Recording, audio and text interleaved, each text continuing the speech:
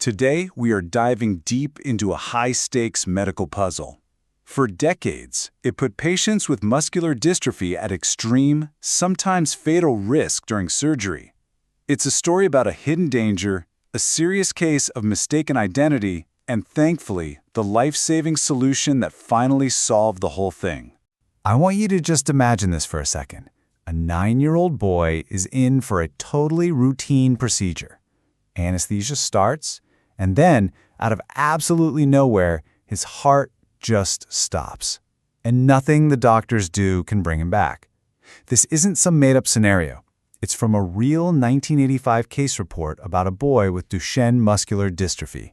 For years, stories just like this one haunted operating rooms and created this terrifying uncertainty around anesthesia for these patients.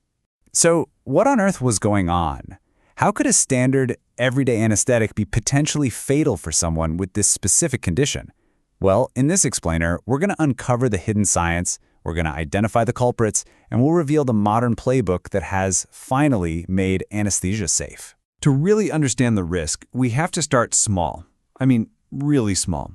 We've got to go down to the cellular level, where this entire life or death problem all comes down to a single crucial protein. Okay, so the most common and severe forms, like Duchenne and Becker muscular dystrophy, fall under this umbrella term dystrophinopathies. They're all caused by a genetic issue that results in a lack of a protein called dystrophin. The best way to think about dystrophin is as a tiny molecular shock absorber for your muscle cells. It physically links the inside of the cell to the outer membrane, protecting it from the stress of every single movement you make. So, what happens if you don't have that shock absorber? Well, the outer wall of the muscle cell, the sarcolemma, becomes incredibly fragile. It's like a balloon that's been stretched way too thin, you know? It's just vulnerable to bursting under the slightest bit of stress.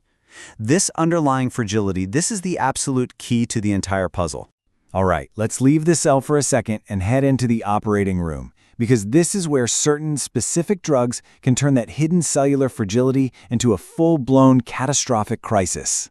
So it turns out there are two main classes of drugs that are the primary bad actors here. First, there's succinylcholine, a type of muscle relaxant. And second, you've got the volatile anesthetics, basically the inhaled gases. For a patient with those fragile muscle cells we just talked about, using these drugs is like lighting a match in a room full of gasoline. Thankfully, we now have much safer alternatives. The main strategy is something called total intravenous anesthesia, or TIVA. That's where all the drugs are given through an IV, which lets you completely avoid those dangerous gases altogether. So what exactly happens when one of those trigger agents is used? It kicks off this absolutely devastating chain reaction. The drugs stress out those fragile muscle cells, and they start to break down on a massive scale. This process is called rhabdomyolysis. And as all those cells rupture, they spill their guts into the bloodstream, and that includes a huge flood of potassium. This crazy potassium spike, called hyperkalemia, is basically poison to the heart's electrical system, and it can make the heart just stop cold. And just to put this into perspective for you, a normal potassium level in your blood should be under 5.5. In some of these tragic cases, the levels shot up to over 12. That's not just high, that is a massive, overwhelming surge that the human body simply cannot handle. Now, here's where the story gets really interesting. For decades, this deadly reaction was confused with another well-known condition. It was a classic case of mistaken identity that, unfortunately, cost precious time and probably lives. You see, the reaction looked a lot like something called malignant hyperthermia, or MH.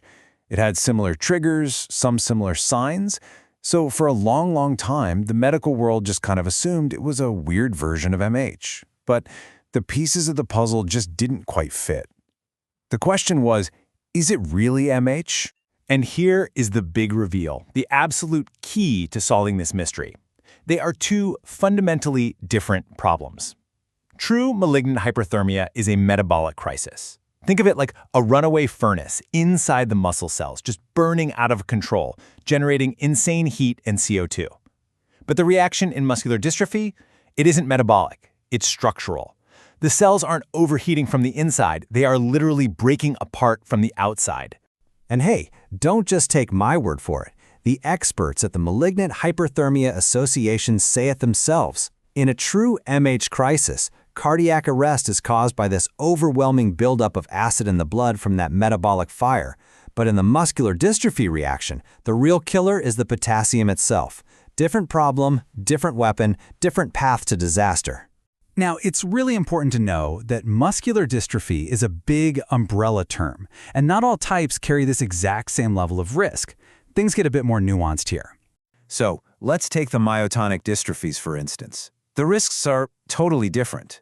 Patients with type 1 are known to be super sensitive to certain anesthetics. But, and this is pretty surprising, a case series looking at type 2 found that those patients actually tolerated the very same drugs without any major problems. It's just a perfect example of why getting a precise diagnosis is so incredibly critical. So the huge takeaway here, the thing to really remember, is that the life or death risk of that explosive potassium release is overwhelmingly concentrated in the dystrophinopathies. We're talking specifically about Duchenne and Becker. That's where that fragile cell membrane problem is at its absolute worst. Okay, so now that we've really dug in and understood the problem, let's look at the good news, the modern solution that has totally transformed patient safety. The modern protocol is really built on 4 solid pillars. First, a super thorough check of the patient's heart and lungs before they ever get to the operating room. Second, and this is completely non-negotiable, you strictly avoid all trigger agents. No succinylcholine, no inhaled gases, period. Third, you rely completely on those safer intravenous drugs using the TIVA technique. And finally, you plan for really careful, vigilant care long after the surgery is done. But the big question is, does this playbook actually work in the real world? Well, a major study out of Germany gives us a pretty powerful answer. Researchers there looked back at years and years of data from Duchenne patients who were managed using this exact safety protocol. And the results? They're honestly just staggering. In 232 separate procedures on these very high-risk patients, there wasn't a single catastrophic reaction. Not one. No massive muscle breakdown, no cardiac arrests. 0 deaths.